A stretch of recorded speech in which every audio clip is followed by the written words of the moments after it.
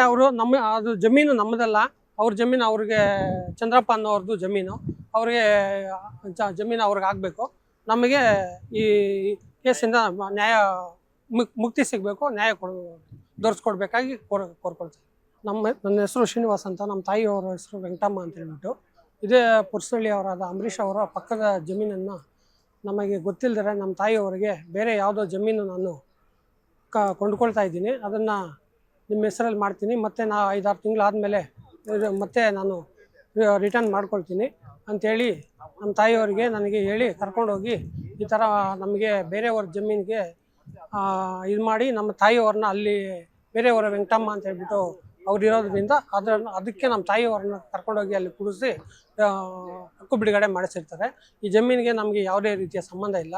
ಅಂಬರೀಷ್ ಕಡೆಯವರಿಂದ ನಮಗೆ ಜಾಸ್ತಿ ಅನ್ಯಾಯ ಆಗಿದೆ, ಇದಕ್ಕೆ ನ್ಯಾಯ ಕೊಡಿಸ್ಬೇಕಾಗಿ ನಿಮ್ಮಲ್ಲಿ ಕೋರ್ಕೊಳ್ತಾ ಇದ್ದೀನಿ. ಆ ಊರಿನವರೇ ಸರ್. ಈಗ ಅಂಬರೀಷ್ ಅವರು ನಿಮ್ಗೆ ಏನಾದರೂ ಹಣದಾಸೆ ಏನು ಹೇಳಿಲ್ಲ ಸರ್. ವಂಶೋದಯ ಮಲ್ಟಿ ಸ್ಪೆಷಾಲಿಟಿ ಆಸ್ಪತ್ರೆ ಕೋಲಾರ. ಇಲ್ಲಿ ಅತ್ಯಾಧುನಿಕ ತಂತ್ರಜ್ಞಾನವನ್ನ ಬಳಸಿ ಎಲ್ಲಾ ಮೂಳೆ ಸಂಬಂಧಿ ಕಾಯಿಲೆಗಳಿಗೆ ಪರಿಹಾರ ಸಿಗುತ್ತದೆ. ಮೊಣಕಾಲು ನೋವು, ಬೆನ್ನು ನೋವು, ಸ್ಪೋರ್ಟ್ಸ್ ಸಂಬಂಧಿ ಸಮಸ್ಯೆಗಳು, ಮೂಳೆ ಮುರಿತ, ಸ್ಪೈನ್ ಶಸ್ತ್ರಚಿಕಿತ್ಸೆ, ಜಾಯಿಂಟ್ ರೀಪ್ಲೇಸ್ಮೆಂಟ್ ರೀತಿಯ ಎಲ್ಲಾ ಮೂಳೆ ಸಂಬಂಧಿ ಚಿಕಿತ್ಸೆಗಳಿಗಾಗಿ ಸಂಪರ್ಕಿಸಿ 72707270 ವಂಶೋದಯ ಆಸ್ಪತ್ರೆ ಕೋಲಾರ.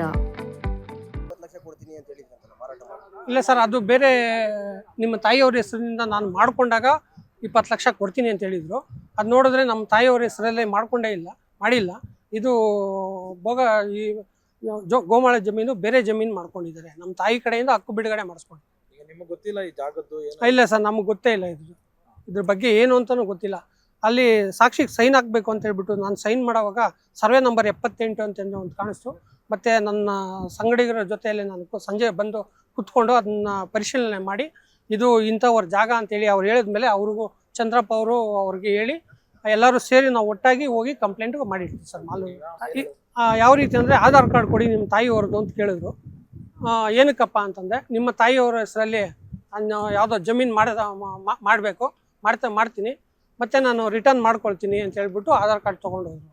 ಅದೇ ನಮಗೆ ಗೊತ್ತಿಲ್ದಿರಾನೇ ಕರ್ಕೊಂಡೋಗಿ ಈ ಥರ ಅನ್ಯಾಯ ಮಾಡಿದ್ದಾರೆ ಸರ್. ಅದರಿಂದ ಇಲ್ಲ ಸರ್, ಪೇಪರೇ ಕೊಡಲಿಲ್ಲ ಸರ್, ಸಾಕ್ಷಿಗೆ ಮಾತ್ರ ಸೈನ್ ಹಾಕು ಅಂತ ನನ್ನ ಕೈಯಲ್ಲಿ ಸೈನ್ ಹಾಕ್ಸ್ಕೊಂಡ್ರು. ಅವರು ನಮ್ಮ ತಾಯಿಯವರ ಇಂದ ಹಕ್ಕು ಬಿಡುಗಡೆ ಮಾಡಿಸ್ಕೊಂಡಿದ್ದಾರೆ. ಸಾಕ್ಷಿ ಅಂತ ಗೊತ್ತಾಗಬೇಕಲ್ಲ, ನೀವು ಏನು ಸೈನ್ ಆಗ್ತಾ ಇದ್ದೀರಿ ಅಂತ. ಅದೇ ಹೇಳಿದ್ರಲ್ಲ ಸರ್, ಮೊದಲೇ ಹೇಳಿದ್ರು ನಿಮ್ಮ ತಾಯಿಯವ್ರ ಹೆಸರಿಗೆ ಮಾಡ್ತಾ ಇದ್ದೀನಿ ಜಮೀನು ಅಂತ ಒಂದು ನಂಬಿಕೆ ಮೇಲೆ ಸೈನ್ ಮಾಡಿಬಿಟ್ಟಿದ್ದೀನಿ. ಎಷ್ಟನೇ ತಾರೀಕು ಆಗಿರೋದು ಇದು 9ನೇ ತಾರೀಕು ಆಯ್ತು. ಅದು ಖರ್ಚಿಗೆ ಇಟ್ಕೊ ಅಂತ ಹೇಳ್ಬಿಟ್ಟು ಅವತ್ತು 5,000 ಹಾಕಿರ್ತಾರೆ ಸರ್. ನಿಜ ಅಂಬರೀಷ್ ಅವರು. ಒಂದು ಎಕರೆ ಎಷ್ಟಿದೆ ರೇಟ್? ಇದೆ ಸರ್, ಒಂದು 2.5-3 ಕೋಟಿ ರೂಪಾಯಿ ಇದೆ.